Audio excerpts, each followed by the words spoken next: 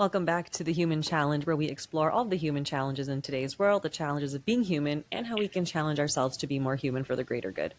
I'm your host, Vanessa Ferlano, and today we're joined by Robert Gill, Re-Entry Department Manager at Prison Entrepreneurship Program, a program that uses a business vehicle to steer character development for returning citizens post-incarceration in Texas. Robert is also a graduate of the PEP program, and I'm really grateful to be a sponsor of that program and to support this community on Tuesday nights. It's such a good time, and so I'm really grateful that you're here, Robert, to share your story. Tell me a little bit about what is the PEP program to you and how it's supported your journey?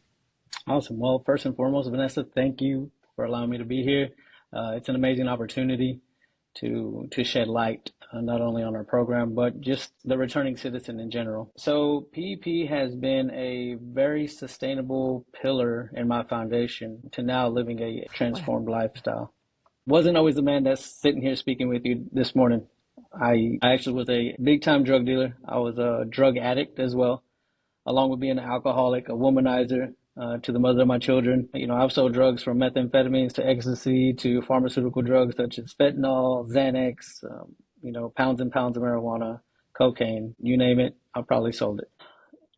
Living that lifestyle and having that type of character, very, very selfish and controlling and greedy for power and money. And that led me to me being incarcerated in the Texas Department of Criminal Justice. Now, I was sitting down one day and I had to face the hard reality of the impact that I had on directly on my family, my 5 children. I left them abandoned. I ignored them.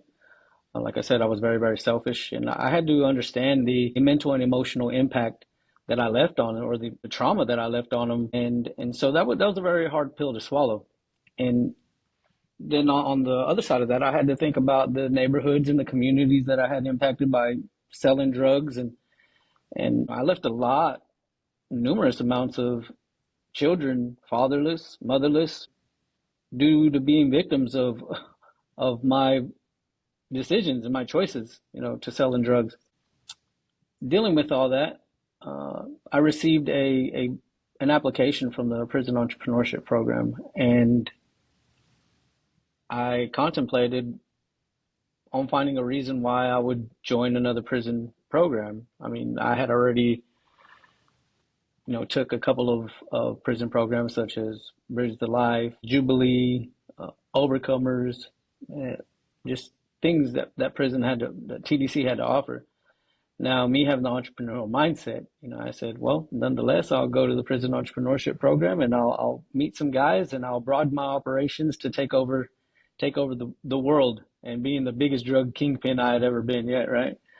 So lo and behold, whenever I got there, I was met with a brotherhood and a community fellowship that was very, very strongly led by integrity and accountability, and that was dedicated and committed to striving to be the best versions of themselves possible on a daily basis. And this is the structure is something that I needed in my life, right? So I excelled fairly well in the program, and I graduated fall 22 and became the peer educator. And it was the check and balance. It was about being the living example of the standard and the expectation it was going to take for me to be successful post-release. Now, I was given parole in July of 2023, and I came out to Houston, Texas, to one of the transitional houses that PEP has to offer. I was on ankle monitor. I've never lived a day in my life in Houston. And real quick, I want to mention that my father passed away 2 weeks after me being released. For most, this could have been a very, very big turning point in the reentry process. That could have definitely led me to, drug usage and alcohol, turning to alcohol to kind of, I guess, just numb what had just happened. But for me, it was not turning from, but turning to what PEP had to offer. My brothers, the fellowship, the community, and allowing PEP to be a sustainable pillar in my foundation. And that's what I did. I knew that every week, every day, I could come to the Collider and I could be surrounded with like-minded individuals that were supporting me and that actually did care about my success out here as a returning citizen in the society. About 60 days out, I was then given the opportunity and the honor to being employed as a staff member for the organization as an entry-level case manager. I did that for about 9 months. And back here in July of 2024, I was promoted to being the reentry department manager. So now it is a privilege, like I said, again, an honor to be able to hopefully provide that same opportunity of self-worth, of value, and just allowing what PEP has been for me to the ones that are coming behind. Right. So that's the impact that PEP has had on me. It's impacted me so much on a personal level that it's not about me anymore. It's about serving, having a servant leader mentality to be able to provide that same structure, that same sense of hope into the ones, like I said, to the ones that are coming, individuals that are just like me, that are walking a mile in my shoes. Everybody wants to give the correction, but you have to have the connection, right, to give the correction. And then you just tell the individual what they shouldn't be doing, but you never tell the individual what they should be doing. So the connection with the correction followed by the direction of which they should go about doing some things. I personally can say I've been exactly where you are, and I have walked a mile in your shoes. So put mine on, and let's walk this way. And what I mean by this way is being successful in our own right. And whatever that success looks to you, it's going to look different than me, but we can all come to two common factors in our success that we have relatable, and that is striving to be the best version of themselves daily and staying out of the penitentiary. And that's what locks us in, right? That's what grounds us, and that's what grounds the relationship and the relativity. Now, being the reentry department manager, it is my job to oversee the 3 transitional houses here in Houston. We have Integrity, which is on the south side of Houston, one on the southwest side of Houston called the Caleb House, and another called the Covington House on the northwest side in Acres Home. It is my responsibility to oversee the case managers here, which we have 3, and each individual has a caseload of probably about 20 to 30 participants, and to provide them with stability and to provide them with resources and services. We want to give them a peace of mind, a safe environment that's conducive to their reentry, and they can focus on that. And that is what I call their success and their vision, right? Their goals, what it is, their dreams. So you don't have to focus on these essential things because we got you covered. We got you covered on that aspect.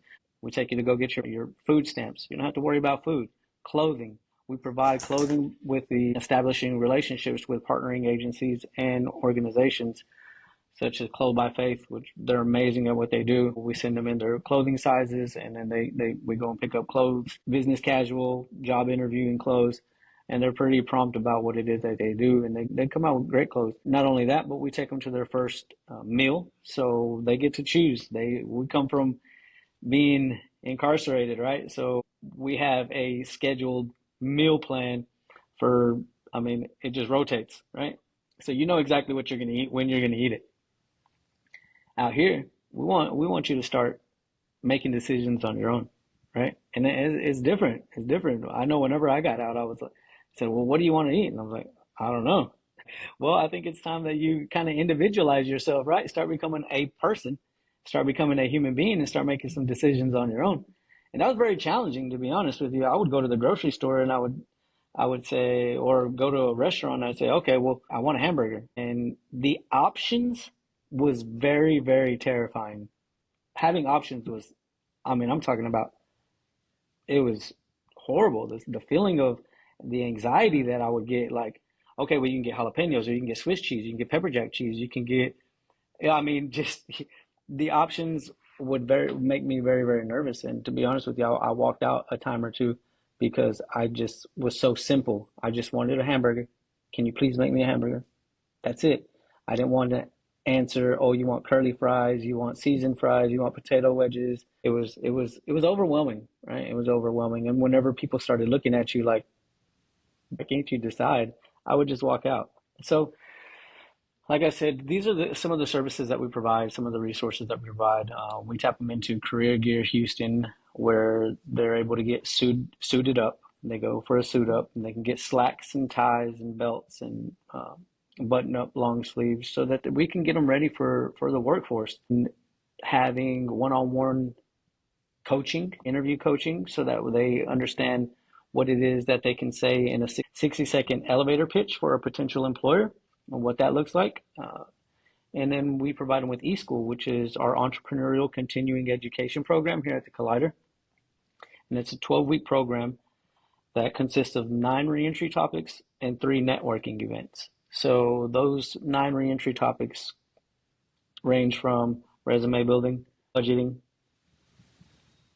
family reconnection, and being able to be goal oriented, such as like envisioning their future. What does that look like? How is it that we're going to execute those goals in order to get to where it is that we want to be? So you got to see the end game in the beginning, so that way you have some sense of direction. As someone who's been supporting the PEP as well myself, I've learned a lot, and I think the depth of what you guys cover, like reintegrating back with family, all those things. I mean, I've enjoyed the experience. I've enjoyed being a part of this journey with people. You were saying earlier about everybody wants to correct, but can we connect, right? And it's true. And I think this perspective for me is, how do we show up and just hold space? How do we honor all of our lived experiences for what they are and just, keep moving forward, right? How can we honor our experiences but not define ourselves by our experiences? And that's been a really rewarding journey for me to support you and PEP and all the individuals that are just moving ahead. Yeah, no, that's it. One thing that you had mentioned earlier that I thought was really powerful, and this was before we hit record, but you were talking about labeling yourselves and like the golden X, and I would love for you to really share that, because I think it was a very powerful perspective. Yeah, absolutely. That's something I definitely like sharing. We, as formerly incarcerated individuals, we are all, most of the time we are labeled as ex-cons, ex-felons, and we hear that term quite often. And mentally and emotionally, it's a hindrance, right? And it's self-sabotaging. We always see this X as a red X, like a stamp of, like, kind of like when you see the void or something, right? It's like rejected as a red X. Well, allow that X to not be red, but allow it to be a golden X. So wear the X proudly, share your story, and because there's individuals just like yourself are going through the same challenges and the obstacles, the adversity that you're being challenged with every day. But it's about coming together and being aware of these obstacles and being aware of these challenges and how it is that we can overcome them together. Because you cannot spell community without unity. And that's the way the whole thing works, is being supportive and being a part of it all, and being able to be vulnerable enough to open yourself up and say, hey, you know what? I need help and I'm confused, or like this is really tugging on me right now. And so that's what the PEP community and the brotherhood that we have here has been able, that's how it's been a very, very strong point in my foundation. Like I said, I recognize it as a pillar, is because everybody's relatable, and you can reach out and you can be vulnerable, and that you're gonna have the support, and you have that safety net of, like, we're going to be there. We totally understand, right? You're going to sit down, take a deep breath, and just breathe. But I think I mentioned it to you earlier. It's about being transparent and opening yourself up and allowing yourself to be that vulnerable with, but you got to have the trust and you got to have the confidence in your community that you're a part of, right? And it's, it's the vine that I'm attached to, right? So what type of fruit are you going to be bearing? And you got to see the result of the fruit that we bear here because of the vine that we're attached to. You see it every day. You see success stories coming out of PEP, of somebody being incarcerated for 15 plus years and coming out and starting their LLC, and now, being able to give back and employ some of the brothers that are recently being released. And so that gives you that sense of hope, and that gives you the confidence and the trust that, hey, you know what? I am able to be who it is that I am, and who it is that I am as a person that has been incarcerated. So I am an ex-felon, I am an ex-con, but to believe that, hey, you know what, this X is going to be a success story for me. And thank you so much for sharing that. I really do think it's a really important perspective. We don't want to be limiting ourselves, any of us, right? Regardless of our lived experiences, we shouldn't be Mm. limiting ourselves based on, past decisions. I mean, at the end of the day, we're all humans, and we're all trying to figure it out. No, no, you're exactly right. And that's like there's a question there's something that I heard the other day, and so it was directed towards individuals like myself, right? Formerly incarcerated individuals. But one of my bros, he actually turned it on and he turned it around and he said, so out of all the people that's sitting in the room, are you telling me that you've never hurt anybody physically? You've never hurt anybody mentally? That you've never taken something that you weren't supposed to? Right? Have you never driven after you've had a drink or two? Right? So the thing about it is we're all human beings. But there's a very, very big point to this is that we got caught, obviously, right? But you have to be, that's that level of vulnerability that you have to dig down deep in yourself and say, hey, you know what, just because I didn't get caught, I'm still a person, that I still acted as a human being, right? That I've still made bad decisions, right? And so do not allow, just because I experienced incarceration and you didn't, to be a barrier to be connected as human beings, as people, right? Because we've all done something we've all done something in our past that we can say, hey, you know what? Yeah, I'm human just like you, right? So don't separate yourself just because of my experience. And like, let's be real with each other. Let's say, hey, you know what? I put my 2 feet on the ground, just on the floor, just like you do. You do the same things like I do. Just my past experience is what makes me different.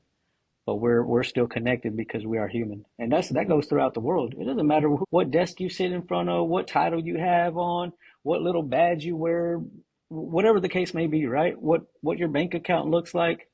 We all live. We all breathe the same way, right? And so I think there has to be an understanding whenever it comes to that. Is as people, as the human race, we have to be able to help one another overcome these day-to-day challenges mentally and emotionally, right? It's not about the experience, about past.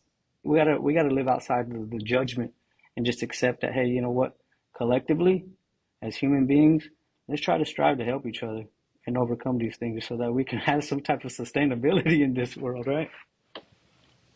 Thank you so much for those words. I think it's a really beautiful message to close this episode, just reminding us all that, yeah, at the end of the day, we are connected in our humanity. And so I thank you so much for that message. Absolutely. Thank you for coming on the show. And I know that we're definitely, as a supporter of PEP myself, I know we'll be seeing each other again shortly, or Yeah. tomorrow, I guess. I'll see you tomorrow evening. Amazing. Thank you so much. You're very, very welcome, Vanessa. Thank you for having me.